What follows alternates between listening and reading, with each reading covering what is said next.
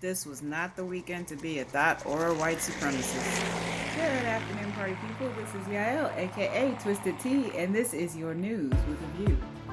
Up first, the CDC warns of a new strain of super gonorrhea that is on the rise thanks to the overuse of antibiotics in the fight against COVID. Due to many inpatient services being locked down, people are also having a hard time getting tested because everybody is devoting their fight to COVID. Y'all, this year is testing all of our resources and revealing a lot of weaknesses.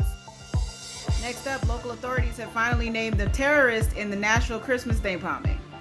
The suspect, Anthony 5G Ain't For Me Quinn Warner, 63-year-old man from Nashville, apparently gave away all of his possessions after finding out he had cancer and telling one neighbor that the world would remember his name.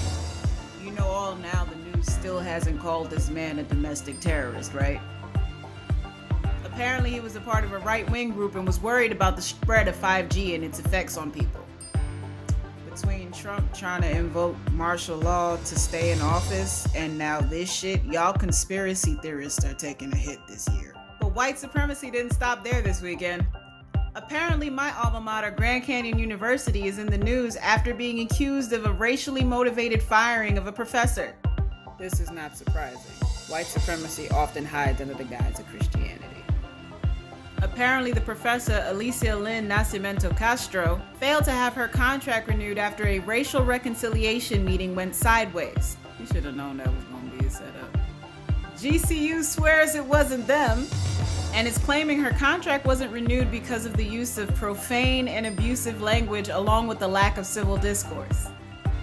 The irony of that statement is that a white professor had similarly said something along the lines of Black Lives Matter protesters should be hung, and he was only given leave and wasn't fired. And that was in 2016. If 2020 has taught me anything, it's that white supremacy is probably the biggest threat that we're facing right now. From the anti-masker debate, to this shit with GCU, to the random hangings, the violence at protests, everything can genuinely be traced back to that one disease.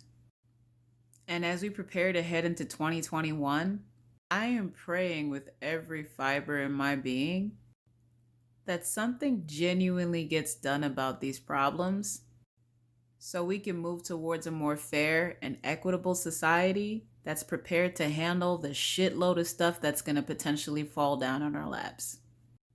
I keep saying COVID is probably not the worst disease that we're going to face as a country. And that's not me being a doomsdayer, that's science. But hey, maybe Paula White can pray it all away. Strike and strike and strike and strike and strike until you have victory. Please wear a fucking mask and a goddamn condom.